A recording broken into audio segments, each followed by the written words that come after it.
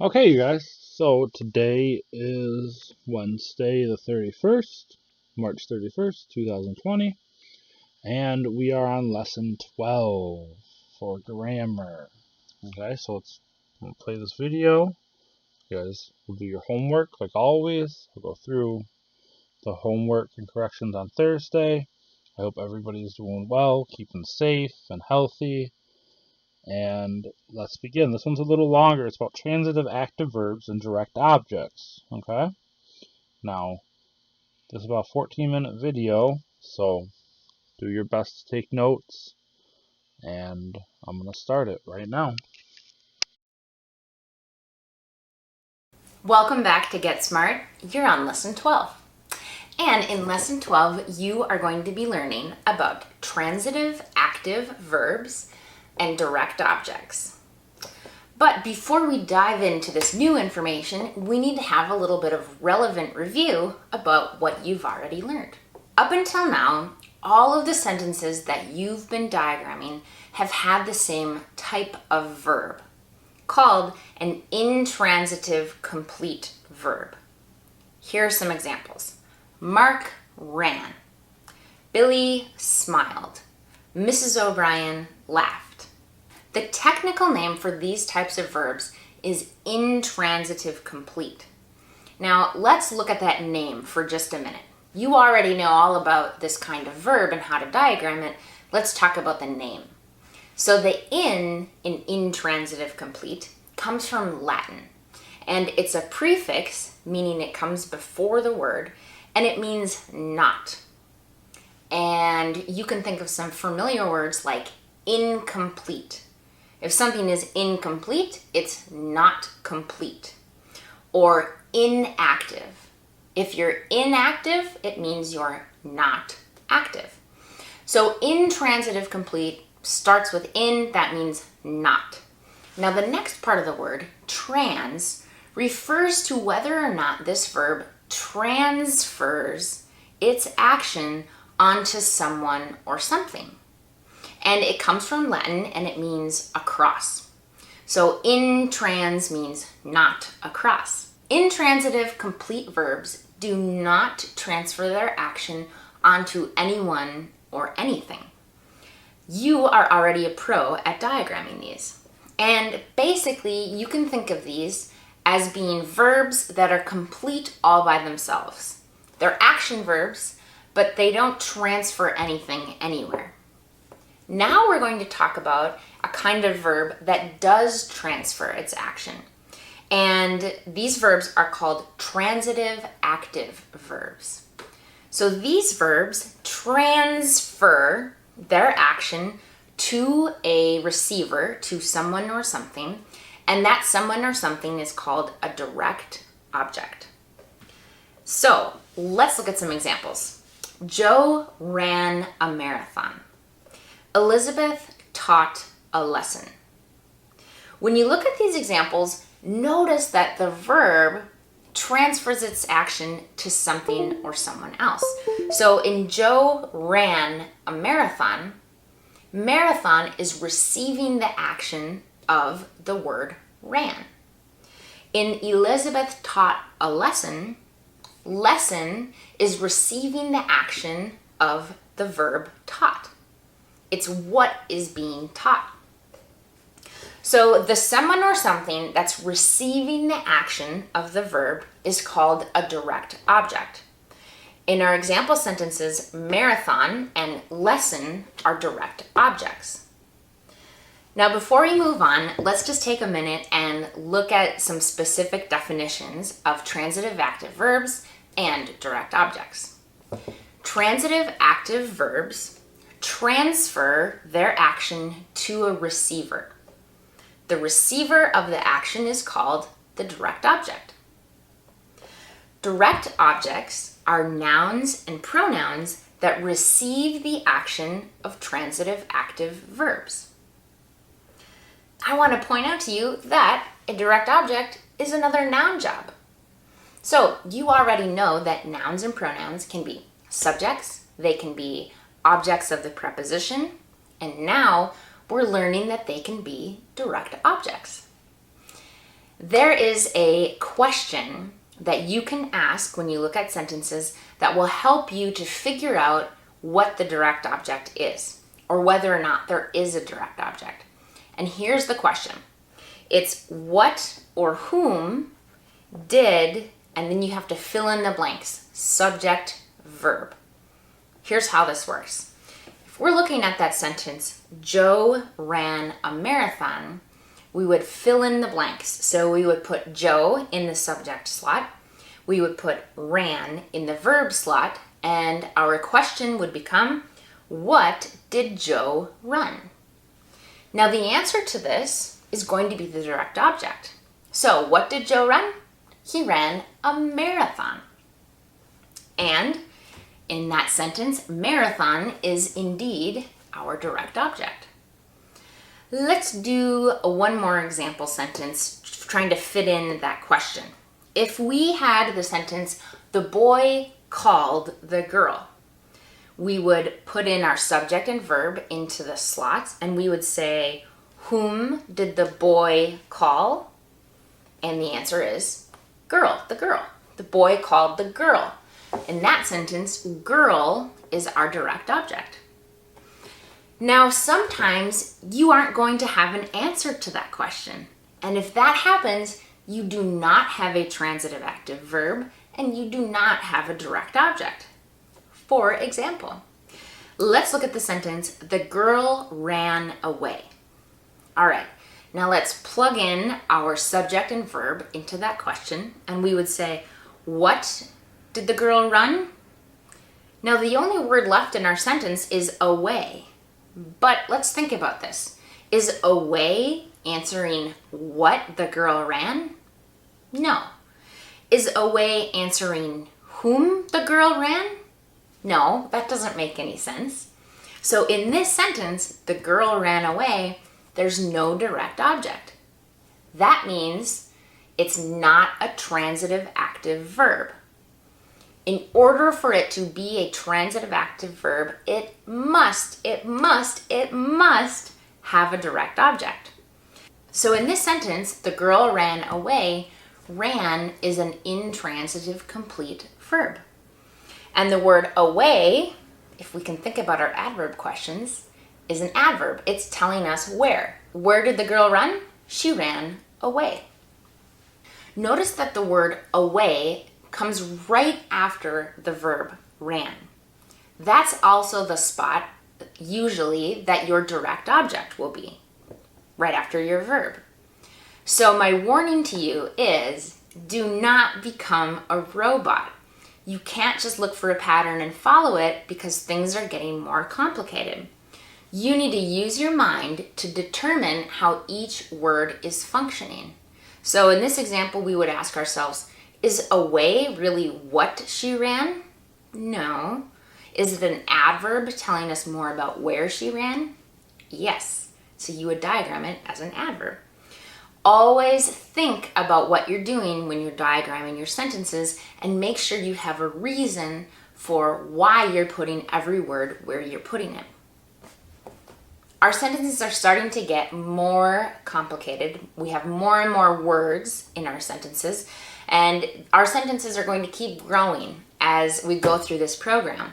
And I want to give you a little tip to help you kind of weed out some of the words and help you simplify your sentences when you are faced with a new sentence. You know that subjects will never be in prepositional phrases. Well, direct objects are the same. Direct objects will never be in your prepositional phrases. So when you're faced with a new sentence, one of the first things that you can do is look for prepositional phrases. And if you find any, you can just cross them out, and that will help you be able to see the essential parts of the sentence. For example, if you came across the sentence, the bird in the garden pecked the tree with its beak. Now, when you first look at that, it's kind of overwhelming. There's a lot of nouns in that sentence. But if we start by crossing out our prepositional phrases, we know that we can cross out in the garden and with its beak. And we're left with the bird pecked the tree. Now that sentence is a little bit easier for us to deal with. We can say, oh, I know that the subject is bird. I know that the verb is pecked. And then you can ask yourself that direct object question to see if it's a transitive active verb. So, what did the bird peck? The answer is tree. And you know that tree is the direct object. Here is how to diagram transitive active verbs and direct objects. Now the verb itself is always going to go in that same slot. We're going to be learning about 2 more types of verbs later on, and every single type of verb, no matter what type of verb it is, they're all diagrammed in that same verb slot. And then the rest of the diagram is going to look a little different to show us what kind of verb we're dealing with. So when we're diagramming transitive active verbs, the verb goes in that verb slot line, and then the direct object sits on that same horizontal line, just extended out. So here's an example. This is subject, verb, direct object. And you can see that between the verb and the direct object, we have a short vertical line. So it doesn't go through the horizontal line like the line between the subject and the verb. It stops right at the horizontal line.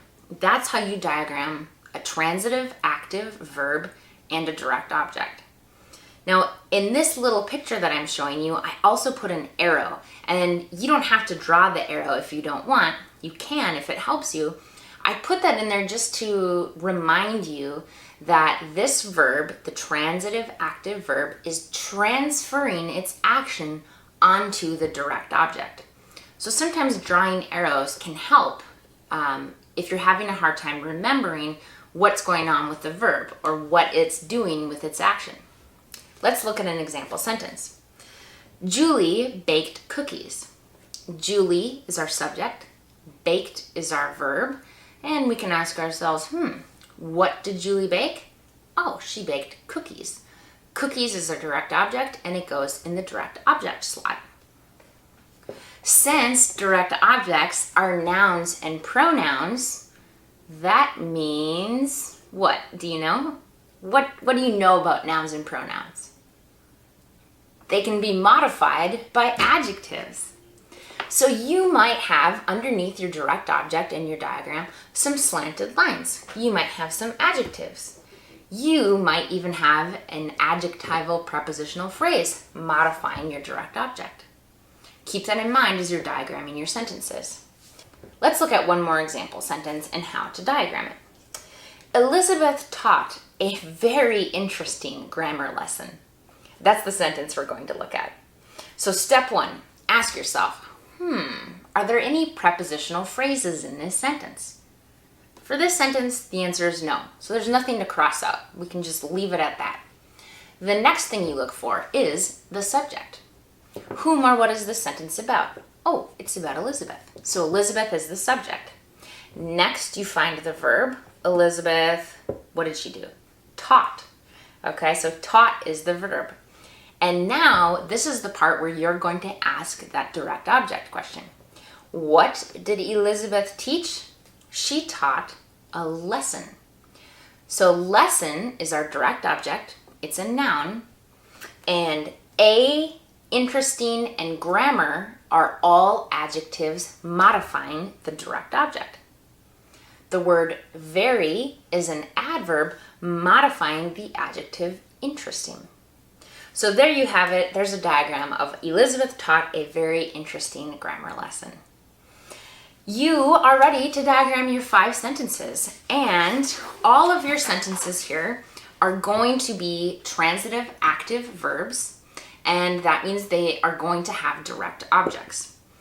I also included some extra practice because things are starting to get complicated and it's helpful to have more sentences to diagram. So after your 5th sentence that you diagram, you'll find 8 more sentences.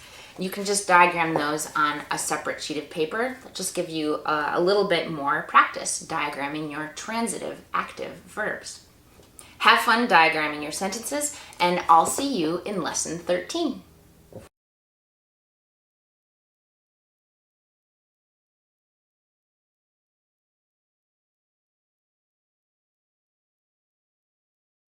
Okay, you guys, let me double check this is working. So, that was lesson 12. Lesson 12, and we have now learned about direct objects, which is a noun job. Okay, we've learned about direct objects, which is a noun job. And what we are going to look at real quick is your homework. So let's take a look at the homework for lesson 12. I'll make this a little bigger. And we are doing transitive active verbs. Here's a brief description. Transitive active verbs transfer their action to a receiver. The receiver of the action is called the direct object. Direct objects are nouns and pronouns that receive the action of transitive active verbs. This is another noun job.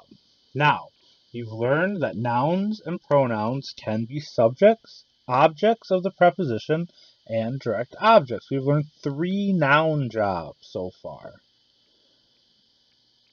The direct object questions are what and whom. What and whom did the subject verb, okay? What did Joe run? What did Julie bake? Whom did David kick? The answer to these questions will be the direct objects. So, if a sentence has no answer to the question, the verb is not transitive active and it has no direct object. Billy kicked the ball. Okay? Ball is the direct object of this sentence. What did Billy kick? He kicked the ball. Okay? What did Billy kick? Billy kicked the ball. Ball is direct object. The boy called the girl. Whom did the boy call? The boy called the girl. Girl is the direct object. The girl ran away. What did the girl run? Wait, she didn't run anything or anyone. No direct object. Whom did the girl run? Away is an adverb telling us where she ran. In this sentence, ran is an intransitive complete verb. It's not a transitive verb. It's intransitive complete. Okay? So, transitive active verbs transfer their action to a receiver. The receiver of the action is called the direct object. What did Billy kick? Billy kicked the ball. Direct object. It's the action. Our verb is the action, right? Kicked is the verb. Okay? What is he kicking? What is he transferring his kick to? He's kicking a ball, transferring it to a ball. Now, let's come down here. Remember, when you do this, we have our subject and our verb, our little cross always. And then we do this little line here, and that's where we put the direct object. When you modify direct object with something as an adjective, because objects are not the direct object, is a noun. Okay? So, for your homework, I like cookies is our first sentence. I like cookies. So we're going to write our sentence, diagram it, and then fill in this chart right here. Keep the chart. Okay, write out the chart. I like cookies. Sentence, diagram, chart. Pause the video so you can get all this down. Number 2. The kids in my classroom signed a birthday card for Kristen. The kids in my classroom signed a birthday card for Kristen. Write out your sentence. Pause the video if you have to. Then make your chart. Diagram the sentence and fill in your charts. Pause the video so you can fill out this chart, okay? Number 3. The brown cat scratched the oak tree. The brown cat scratched the oak tree. Come down here. Make our chart. Do your diagram. Perfect. The kids on the soccer team won the game. The kids on the soccer team won the game. Pause the video. Now make your chart underneath. Okay. Number 5, we happily watched the movie. We happily watched the movie. Write your sentence, do your diagram, do your chart. Here are some extra sentences that you can diagram for practice. 1. My very energetic mother just cooked 9 pancakes. 2. I will buy the dress with 6 red buttons. 3. I must clean the bathroom. 4. Mary had a little lamb. 5. The little bird in the tree sang a song for me. The little bird in the tree sang a song for me. I'll make these bigger for you guys. Okay. Number 6. We won the gold medal. Number 7. 5 energetic dancers won the dance competition. Number 8. He never accurately answers the questions. Okay. Good. So, good luck with that. I will be sending you another video, okay, for work in our in-class workbook, okay? Our classroom books, the ones we use in class. And we'll go through that. And I hope you all have a wonderful day. And I'll send you another video tomorrow on Thursday. Okay. Hopefully I see you guys soon. Stay safe, stay healthy.